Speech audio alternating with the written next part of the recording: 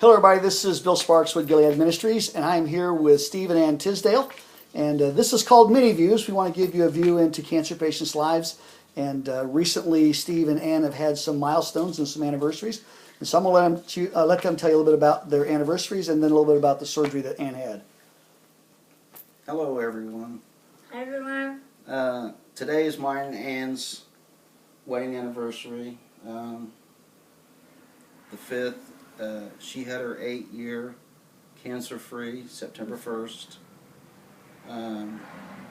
Bill wanted us to share a little bit of our journey, where we come from, what Ann has endured, what we have overcome, and where we're at right now in our lives, which is probably the best we've ever been in our lives. Yes.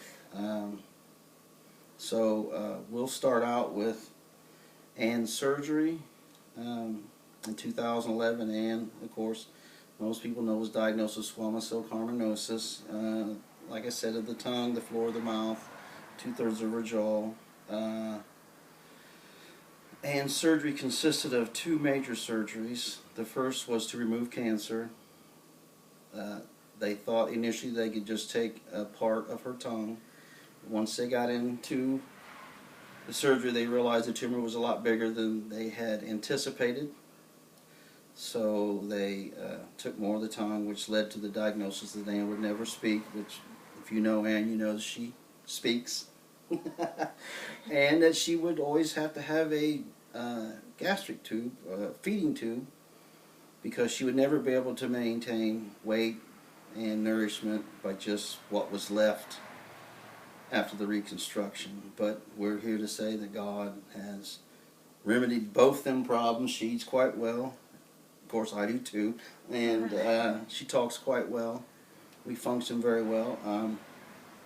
With Ann, she had some of the best doctors in the country, which was amazing because they were located right here in Indiana at Carmel.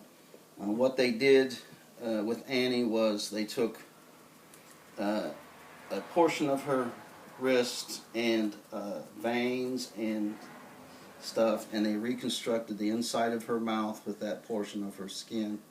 And then they took skin grafts and replaced this. And then on the second surgery, they took this portion of her leg and veins and the bone on the back, and they replaced the front of her face. And from that bone, they made diagonal cuts and made it circular so that she could have a jawbone. And she still has a titanium plate on the outside of that to make sure that that will permanently be there. She sets every metal detector off we go through. We was at the mall we was at a big mall in Nashville, and we had to stop shopping because she just kept setting everything off, and get tired of explaining as to why. But she's come a long way. God has brought us a long way.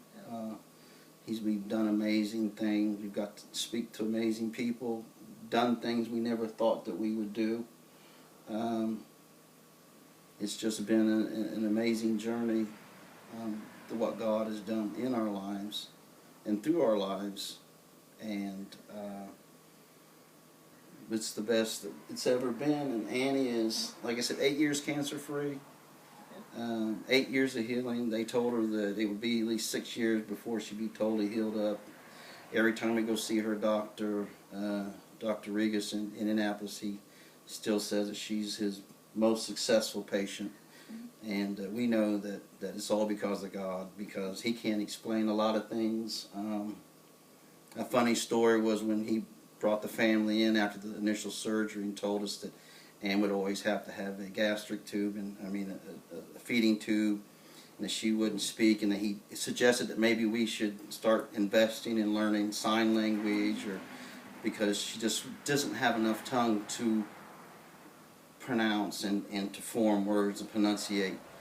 And the whole time he was talking, my sister Sharon, I'm going to cry, was standing behind him and saying, we believe this isn't what God has planned for this family and for Ann. And of course, him being a doctor, he was just like, well, that's good, but this is what science tells us. And we have defied all odds, even the odds of most. They gave us counseling about suicide. They gave us counseling about marriage breakups. Most, big cancer scares is always damage to the family.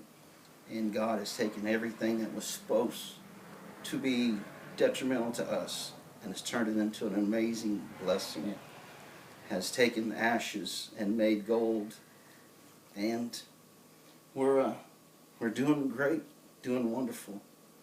And there is life after cancer. It's hard. But if you trust in God and put your faith in Him, He will take the things that are meant to destroy you and build a platform that you can stand and glorify Him. And we hope that this encourages somebody. God did not bring us through all this just to sit here and not tell of His glory and of His goodness to us, because we wouldn't be here talking to you now if it wasn't for the love and the mercy of God. Our home used to be a prison with sickness and fear, and God came in and changed our minds, our atmosphere, and our home. So there is hope. There is hope. All righty. If you would talk to someone, Stephen, and that is currently struggling and things are not going as well as they expected, what would you tell them? What would you say to them about the day ahead? How would they face that day, and how would you expect them or encourage them to face that day?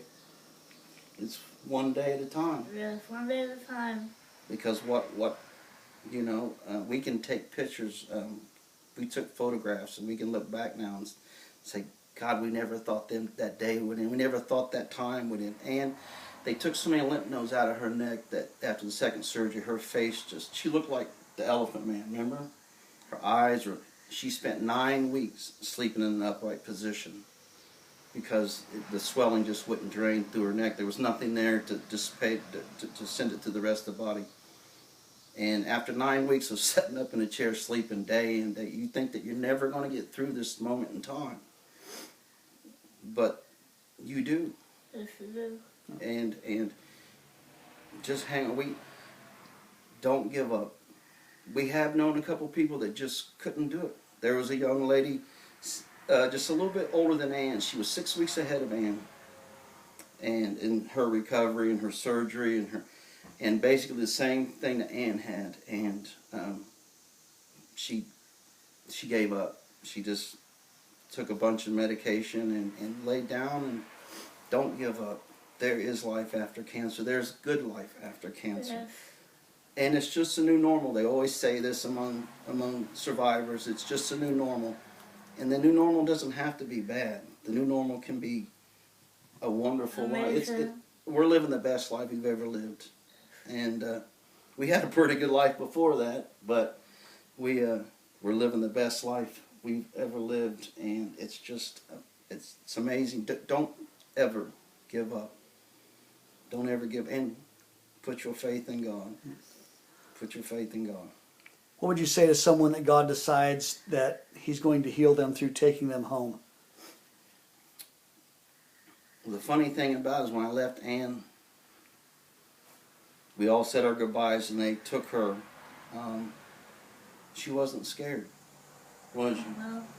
I'd have been terrified. She was, and it's funny, people going around, but she was laying on the gurney and they were taking her back and she felt something touch her hand. Remember this? Yeah. And she looked up, and you can take it for whatever you want, but when you're desperate, you'll believe in the supernatural. She looked up, and it was Jesus walking right beside her. And that's one of the first things she told me. When she was able to speak and could communicate a little bit, she said, Jesus walked me to the operating room. And I was just like, because we were young Christians, this tragedy brought us to Christ because we had nowhere else to go.